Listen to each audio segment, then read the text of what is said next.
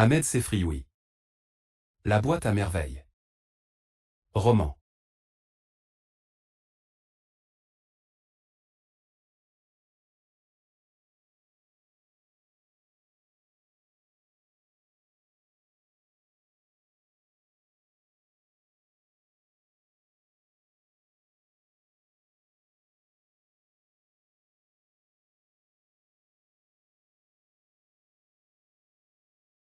Chapitre 5. Je n'avais jamais vu le maître du MSID aussi souriant que ce mercredi. Pas un élève ne reçut la bastonnade. La verge de cognacier devenait un accessoire de fantaisie, un de ces objets inutiles que l'on tient pour occuper les doigts. Je récitai ma leçon comme de coutume. Le maître me félicita. « C'est bien, mon fils, me dit-il, tu seras, s'il plaît à Dieu, un taleb mendiant de la science. Que Allah ouvre les portes du savoir. » Avant d'aller déjeuner, le FQH nous fit signe de nous taire. Dans le silence général, il nous parla d'El Akoura, la fête du Nouvel An. Nous devions la célébrer dignement selon l'usage. Notre MSID serait illuminé à partir de minuit. Tous les élèves viendraient pour inaugurer la nouvelle année dans la joie et dans le travail. Nous avions 15 jours pour préparer la fête. Chacun devait apporter la contenance d'un bol d'huile d'olive pour alimenter les lampes, l'école serait blanchie à la chaux, les vieilles nattes changées et remplacées par des nattes neuves. Le FQH nous demanda de mettre nos parents au courant de ces dispositions. Il comptait sur leur générosité. Enfin, à notre grande joie, nous eûmes congé pour le reste de la journée. Quel bonheur! Je courus à la maison en faire part à ma mère. Fatma Bzouya m'apprit qu'elle était absente.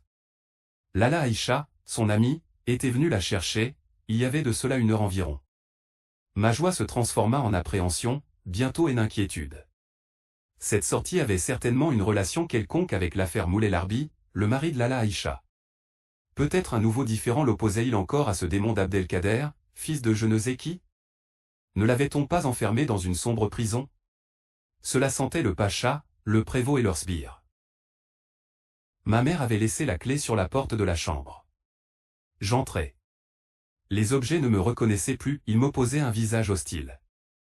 Ils s'amusèrent à m'effrayer, ils se transformaient en monstres, redevenaient objets familiers, empruntaient de nouveaux masques de bêtes d'apocalypse. Je me tenais sur un matelas, terrifié, la gorge sèche, attendant le retour de ma mère, seule personne capable de me délivrer de ces sortilèges. Je ne bougeais pas, de peur d'exciter l'animosité des êtres qui m'épiaient derrière chaque chose. Des siècles passèrent. Les pas traînants de ma mère me parvinrent du rez-de-chaussée. Je l'entendis tousser. La pièce reprit son aspect de tous les jours. Un rayon de soleil anima les mosaïques décolorées. Ma mère, essoufflée, s'arrêta sur le palier. Je me précipitai à sa rencontre. Fatma Bzouya écaillait de petits poissons ciselés comme des bijoux. Elle reposa son couteau, se lava vaguement les mains, s'essuya un torchon qu'elle portait en guise de tablier et sans poser de questions attendit que maman lui révélât l'objet de son absence. Ma mère, mystérieuse, lui fit promettre la plus grande discrétion. Ensuite, elle se lança dans un long discours chuchoté de bouche à oreille, accompagné de mimiques, de larges gestes des 2 bras, scandés de soupirs, illustrés de hochements de tête. Fatma écoutait de tout son corps tendu, ses yeux suivaient chaque geste, ses doigts esquissaient inconsciemment des mouvements brefs. Aux soupirs de ma mère, elle répondait par des soupirs, aux hochements de tête par des hochements de tête. Le récit s'arrêta court. Fatma, la main droite sur la joue, la main gauche sur le cœur, répétait. Allah. Allah. Allah. Dieu. Dieu. Dieu. Oui, disait ma mère, oui. Tout cela fend le cœur et ne peut laisser indifférente l'âme tendre d'un musulman. On ne peut pas souhaiter à son pire ennemi ce qui vient d'arriver à Lala Aïcha, mais le croyant doit remercier Dieu, même dans le malheur. Elle finit par s'apercevoir de ma présence. Elle m'invita à la suivre. Elle se débarrassa de son haïk, quitta ses chaussures de basane noire. « Je vais, me dit-elle, te donner à manger, tu dois mourir de faim. » Elle sortit de la réserve à provisions une poterie vernissée d'un brun rouge, y introduisit tout l'avant-bras et finit par extraire une longue lanière de viande de conserve. J'aimais la viande de conserve. Elle me servit dans un plat des morceaux gros comme le pouce, nageant dans une graisse délicieuse qu'elle avait réchauffée avec soin. Le pain était frais et parfumé à l'anis. Je mangeais seul. Ma mère disparut. Je savais ce qu'elle chuchotait quelque part à Rama, la locataire du premier, la nouvelle histoire de Lala Aïcha, après lui avoir fait promettre le secret. Je savais aussi que je n'avais qu'à attendre. Je glanerai un mot ici, un autre là, je saurai de quoi il s'agit. Je finis en hâte de manger. J'allais rejoindre ma mère sur la terrasse où Rama, en effet, assise à l'ombre, sur une peau de mouton, se peignait les cheveux. Elle avait interrompu son travail et écoutait. Sa chevelure noire enduite d'huile d'olive se répandait sur ses épaules. Ma mère disait. La pauvre femme a tout vendu. Même les rats n'ont plus rien à se mettre sous la dent. Et l'argent? Interrogea Rama. Ma mère s'empressa de la renseigner. L'argent servira à acheter du matériel à mouler l'arbi et à assurer les premiers frais d'installation de son nouvel atelier. Rama hocha la tête pour montrer qu'elle avait parfaitement compris. Elle approuvait.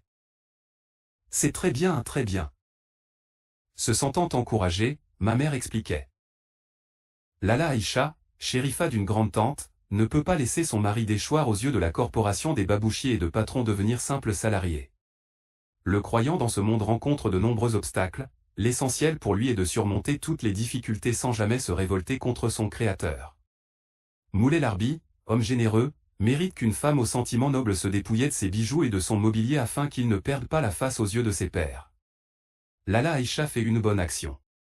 Dieu la lui rendra au centuple, le jour où le fils ne peut venir en aide à son père, le jour où le père ne peut dérober les enfants de son sang à la sentence du suprême juge. Seules nos bonnes et nos mauvaises actions pèseront dans la balance.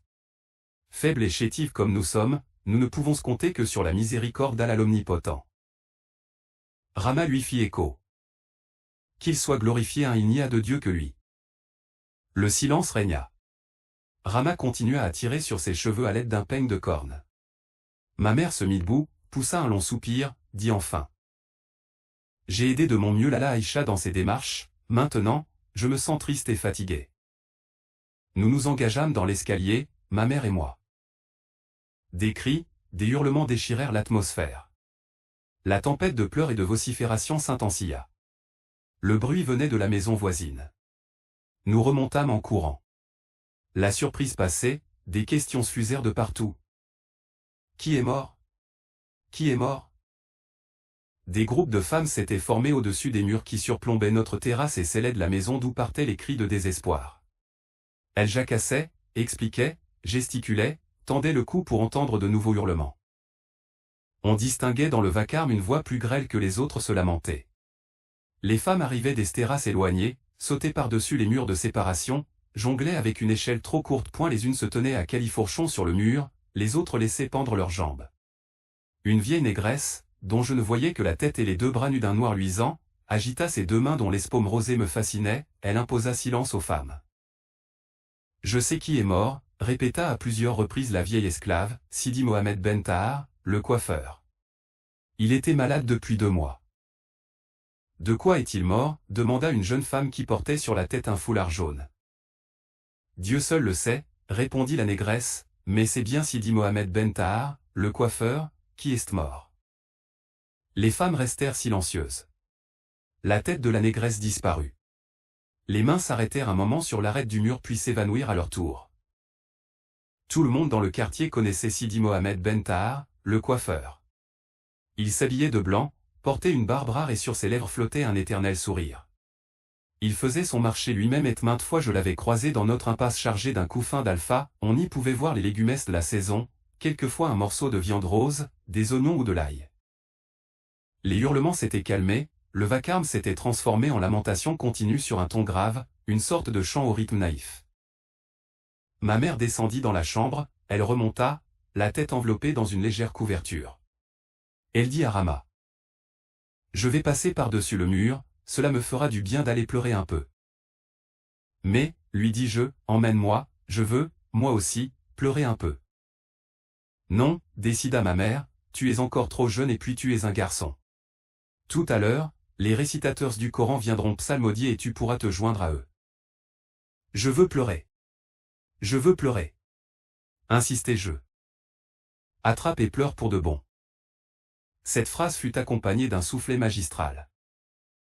Je me mis à sangloter. Rama intervint en ma faveur.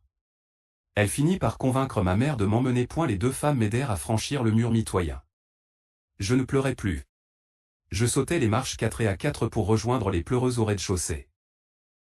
Elles étaient une vingtaine qui manifestaient bruyamment leur douleur. Par terre, il y avait des matelas et des nattes.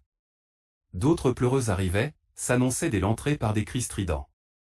Celles qui étaient déjà à la maison leur répondaient par d'autres vociférations. La femme du coiffeur, la voix s'enrouait, gémissait, se donnant de grands coups du plat de la main, sur les joues et sur les cuisses. Les spectacles me fascinaient au point d'oublier le but de ma visite. J'étais venu pour pleurer et je ne pleurais pas. J'essayais de comprendre ce que disait une vieille femme échevelée. Elle baissait la tête jusqu'au sol, la relevait, chantait en allongeant les finales. Tu étais le pilier de ma maison. Tu étais mon parasol et mon bouclier. Tu étais le cavalier courageux. Sans toi la maison deviendra sombre. Sans toi, le soleil deviendra froid. Sans toi, je n'ai plus Dieu pour voir. Mes yeux ne pourront plus s'arrêter de couler. Mes yeux verseront des larmes de sang. Mes yeux se dessécheront et j'errerai dans les ténèbres. Une jeune femme étrangère à la maison restait enveloppée dans son haïk. Elle répétait sur tous les tons. Oh ma mère! Oh ma pauvre mère! Oh ma mère! Je t'aimais plus que tout au monde.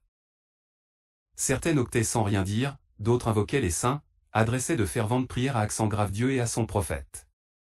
Dans un coin, des enfants pleurnichaient. Je m'approchai d'eux. Je trouvais Zineb. Elle déployait de vains efforts pour faire comme les autres, se frottait les yeux, mais aucune larme n'en coulait. Ils étaient toujours aussi secs et aussi brillants que quand elle me faisait quelque misère. Je la regardai un moment et d'un mouvement aussi prompt qu'inattendu, je lui envoyai un coup de poing sur le nez. Des torrents de larmes lui inondèrent le visage. Ses cris dominèrent le tumulte. Je me sauvai sur la terrasse. J'avais perdu de vue ma mère. Je savais qu'elle devait gémir, vociférer tout à son aise, sans s'occuper d'aise voisine. Les psalmistes furent annoncés à la porte de la maison. Les femmes se réfugièrent au premier étage. Elles continuaient à pleurer en sourdine pendant que les récitateurs du Coran entamaient un long chapitre. Enfin, ma mère remonta, me prit par la main et m'aida à repasser le mur de séparation. Nous allâmes dans notre chambre. Fatma Bzouya vint demander à ma mère comment allait la femme du coiffeur. Quelles étaient les femmes qui pleuraient? La mère du coiffeur était-elle encore vivante? Ma mère parla de la douleur de la femme du coiffeur, cita les noms de quelques assistantes, avoua qu'elle ignorait l'existence de la mère. Lala Kanza, la Chouafa, de son rez-de-chaussée, prit part à la conversation. Tout le monde tira de l'événement cette conclusion éminemment philosophique: tous les êtres sont mortels, tôt ou tard viendra notre tour. Le bourdonnement des récitateurs nous parvenait à travers les murs. De temps à autre, la femme du coiffeur poussait un long hurlement. Chacun de ces cris arrachait un puissant soupir à ma mère. Je n'osais pas jouer. Pouvais-je décemment sortir mes bibelots, le jour où Sidi Mohamed Ben Tahar le coiffeur, une personnalité importante de notre impasse, quittait à jamais ses parents, ses amis et ses clients? Tout à l'heure, après les ablutions rituelles, il sera vêtu pour la dernière fois de blanc. Des hommes se porteront sur leur tête sur une confortable civière en bois de cèdre et iront l'enfouir dans la terre humide. La terre se refermera pour l'éternité sur Sidi Mohamed Ben Tahar, le coiffeur. Je rêvais à tout cela, accoudé à la balustrade de notre fenêtre. Une grande tristesse m'envahit. La fatigue s'empara de mes membres. Je demandai à ma mère la permission de m'allonger sur le grand lit. Elle accepta. Je me jetai dessus et continuai à penser à l'enterrement du coiffeur. Je le voyais, étroitement cousu dans sa cotonnade blanche, rigide sur sa civière recouverte d'un toit, voyager sur une mer de têtes enturbanées, dans un concert de litanies et d'invocations. J'avais déjà vu passer dans la rue des cortèges d'enterrement. Parfois, les hommes marchaient lentement, solennellement et chantaient un cantique avec des voix profondes. Comme des gouffres, parfois ils étaient très peu nombreux et pressaient le pas. Ils se contentaient de répéter. Taire d'une voix de tête la formule de l'unité de Dieu, la Shahada, il n'y a de Dieu qu'Allah et Mohammed est son prophète. J'avais vu même des morts découverts, posés simplement sur la civière et sans personne pour les accompagner à leur dernière demeure. J'avais trouvé cela infiniment triste. Mon père, à qui j'avais fait part de mon impression, trouva cette histoire pour me consoler. Dans un souk très fréquenté, tenait boutique Sidi. J'en ai oublié le nom. C'était un homme pieux, honnête et courtois envers tout le monde. Chaque fois qu'un cortège funèbre traversait le souk, ce saint personnage prenait ses babouches, les enfilait en hâte, et accompagnait le mort jusqu'au cimetière. Un jour, vinrent à passer 2 croque-morts transportant la civière où gisait le cadavre d'un mendiant que personne n'accompagnait. L'homme se leva, prit ses babouches de dessus l'étagère où il les rangeait chaque jour, mais resta debout sans les enfiler. Il finit par les remettre à leur place.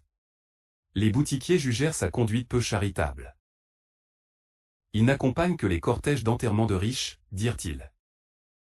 Sidi, qui surprit leur murmure, leur déclara. Êtes-vous des croyants? Alors, écoutez pourquoi je n'ai pas accompagné ce frère jusqu'à sa tombe. Point quand j'ai pris mes babouches, j'en avais l'intention, mais j'ai vu arriver derrière la civière une foule immense d'êtres d'une incomparable beauté. C'étaient les anges du paradis. Moi, simple pécheur, je n'ai point osé me mêler à ces formes de lumière. Un ami de Dieu s'en allait dans la miséricorde de son Créateur. J'étais heureux de le savoir et me rassis parmi mes épices. Chaque fois que je rencontrais 2 croque-morts portant un cadavre solitaire, je répétais avec eux. Dieu t'accompagne, ô étranger, sur cette terre. J'ajoutais aussi mentalement, lui aussi rejoint sa tombe accompagné d'une foule d'anges d'une incomparable beauté. J'en étais tout heureux. Les cris et les hurlements reprenaient avec une intensité croissante. Ils transperçaient les murs, déferlaient comme le bruit des vagues ou le déchaînement d'une tempête. Les femmes de notre maison lâchèrent leur ouvrage. Elles se mirent à pleurer, à gémir près de leurs brassereaux et de leurs marmites. Le corps devait probablement quitter la maison. C'était un moment pathétique. J'entendais toujours ce bourdonnement des psalmistes. Le soleil se cacha derrière un nuage, une immense peine s'abattit sur la terre. J'éclatai en sanglots. Ma mère affolée oublia le coiffeur et son enterrement et se précipita pour me demander les raisons de mes larmes. Elle me questionnait, inquiète. Où t'es-tu fait mal? Un insecte t'a-t-il piqué? As-tu des coliques? Je reniflais de plus belle, je ne répondais pas.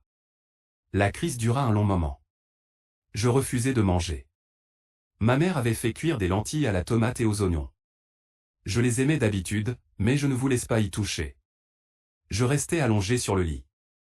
Ma mère étendit sur moi une couverture de laine grêle ornée aux extrémités de bandes rouges. Je somnolais jusqu'à l'arrivée de mon père, tard dans la soirée. J'acceptais de boire un verre de lait et me replonger sous la couverture. Mon père parut très préoccupé à mon sujet. Il me toucha les tempes plusieurs fois, me prit la main, arrangea ma couverture avec des gestes d'officiant. Je voyais ses lèvres remuer. Je savais qu'il récitait quelque invocation ou quelque verset au pouvoir salvateur. Je vais peut-être mourir, moi aussi, pensais-je. Peut-être aurais-je, derrière mon cercueil, des anges beaux comme la lumière du jour. J'imaginais le cortège, quelques personnes du quartier, le FQH de l'école coranique, mon père, plus grave que jamais et des anges, des milliers d'anges vêtus de soie blanche. À la maison, ma mère pousserait de cris à se déchirer le gosier, elle pleurerait pendant des jours et pendant des nuits. Elle serait toute seule le soir pour attendre le retour de mon père. Non. Je ne voulais pas mourir. Je ne veux pas mourir. Criai-je en me dressant dans mon lit. Je ne veux pas mourir. Je rejetai ma couverture et me mis debout, hurlai cette phrase de toute la force de mes poumons. Mon père me recoucha, tempéra par des paroles douces mes angoisses. Ma mère, les yeux bouffis, répétait. Mon petit enfant. Mon petit enfant. Je me calmai. Mes oreilles se mirent à siffler. J'écoutais, à travers ce bruit d'eau, ma mère raconter le événement de la journée. La mort de Sidi Mohamed Ben Tahar, le coiffeur, les malheurs de Lala Aïcha, la vente de ses bijoux et de son mobilier. Elle disait que Sidi Larbi Lalaoui allait installer un atelier et se remettre au travail. Elle louait la générosité et le courage de Lala Aïcha, lançait des imprécations contre les hypocrites, les escrocs, les gens sans foi ni loi comme cet Abdelkader, fils de je ne sais qui. Pendant ce temps, entre les franges de mes cils, je voyais descendre du plafond de beaux anges blancs, je distinguais les plumes de leurs ailes couleur d'argent. L'un d'eux posa sur mon lit ma boîte à merveille. Elle grandit démesurément, prit la forme d'un cercueil. Tout heureux j'y entrai. Le couvercle tomba. Dans la boîte régnait une fraîcheur de roses et de fleurs d'oranger. La boîte fut emportée par-delà les nuages dans des palais d'émeraude.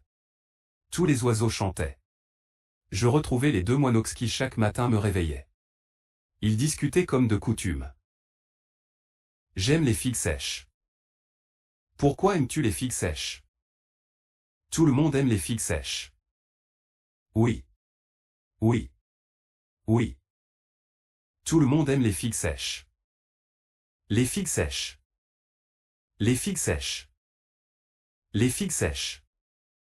Une sensation de brûlure sur les paupières m'obligea à ouvrir les yeux. Un rayon de soleil entrait par la fenêtre. Il me tombait droit sur le visage. Les moineaux chantaient les vertus des figues sèches. Que ta matinée soit bénie, mon petit, me dit ma mère avec un large sourire. Tu vas mieux maintenant, tu avais un peu de fièvre cette nuit. Aujourd'hui promets-moi d'être bien sage. Tu n'iras pas à l'école. Je ne suis pas malade, lui dis-je. Je sais. Je sais. Joue tranquillement dans ton coin. Mange ce beignet, il est tout chaud. Je pris le beignet. Driss le teigneux à plat du rez-de-chaussée. Il arrivait avec les provisions pour la journée. Ma mère descendit les chercher. J'entendis Fatma Bzouya qui disait: déjà de la mauve. Elle est d'un beau vert. Ma mère répondit par une phrase que je ne saisis pas. Elle entra dans sa cuisine, remua des seaux, actionna son soufflet, pila dans le mortier de bronze ses épices. Au premier étage, Rama s'affairait sur le palier. Elle activait aussi le feu et pilait des condiments. Quelqu'un chantonnait. Notre vieux soufflet se fit de nouveau entendre. Il était fatigué et ne savait dire que ces mots. Des mouches. Des mouches. Des mouches. Celui de Rama variait son répertoire. Parfois il prenait plaisir à répéter. J'ai chaud. J'ai chaud. J'ai chaud. Ou alors. Je souffre. Je souffre. Je souffre. Je cessais d'écouter les soufflets. D'autres bruits venaient me distraire. Des explosions d'étincelles roulaient comme des billes qui se répandaient sur le parterre en mosaïque. Fatma Bzouya cardait sa laine. Des phrases chuchotées montaient du rez-de-chaussée. Lala Kanza parlait à une cliente. Un éclat de rire troubla l'atmosphère. Il fut bref et sans conséquence. Un pigeon roucoula sur la terrasse. Il disait des mots si jolis que je souriais aux anges. Je remarquai sur une solive deux mouches se livrer à une poursuite, s'arrêter sans raison puis reprendre leur course à l'aventure. À la porte de la maison, quelqu'un heurta le marteau. Qui est là? Demandèrent plusieurs voix. Qui que ce fût, je n'avais nulle envie de le savoir. Du ciel coulait jusqu'à moi un son frêle, un chant ténu et fragile comme un fil de la Vierge. Le moudant annonçait la prière. D'un lointain minaret me parvenait en larges ondes la formule « Dieu est le plus grand ». Le chant mourait, se fondait dans le bleu du ciel, renaissait, s'affirmait avec une certaine vigueur, se dissolvait de nouveau dans l'air du printemps. Un gros bourdon, d'un noir métallique, se laissa choir par l'ouverture qui dominait le patio, claqua contre le mur et se projeta violemment par la fenêtre de notre chambre, sur le verre de la lampe à pétrole. Le verre tinta mais résista au choc. L'insecte sortit avec autant de précipitation qu'il était entré. Cette visite m'enchanta. Je me mis à rire et à taper des mains. J'épiai encore un moment les bruits de la maison, mais ce jeu me lassa. Ma mère revint me voir, mesourie et satisfaite sans doute de l'état de ma santé et de ma grande sagesse, repartit travailler dans ses seaux et piler ses aromates. Pour m'occuper, je récitais le peu de Coran que je savais, d'abord à mi-voix, ensuite de toute la force des cordes vocales, je scandais les mots du livre saint avec passion. Ma mémoire tarit.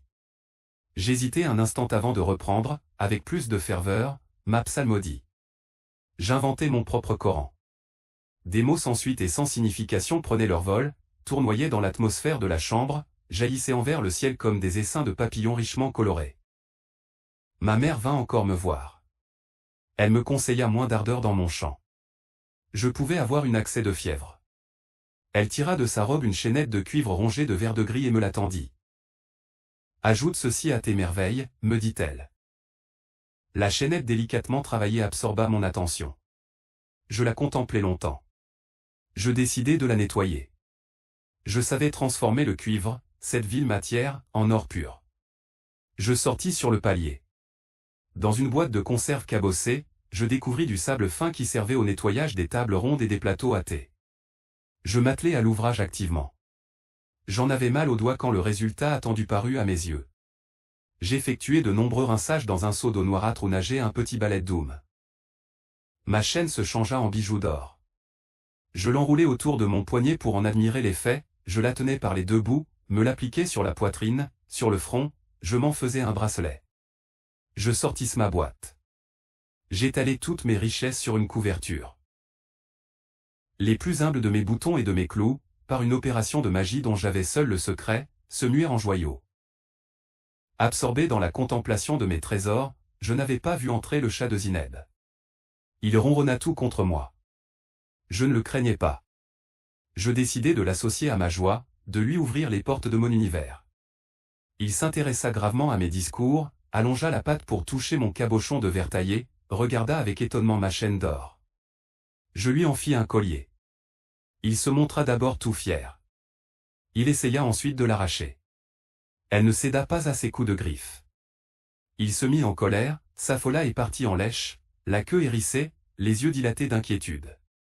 Je courus derrière lui pour récupérer mon bien-point. Le maudit chat resta sourd à mes appels. Il ne voulait rien avoir de commun avec moi, il grimpait les marches de l'escalier, crachait des menaces.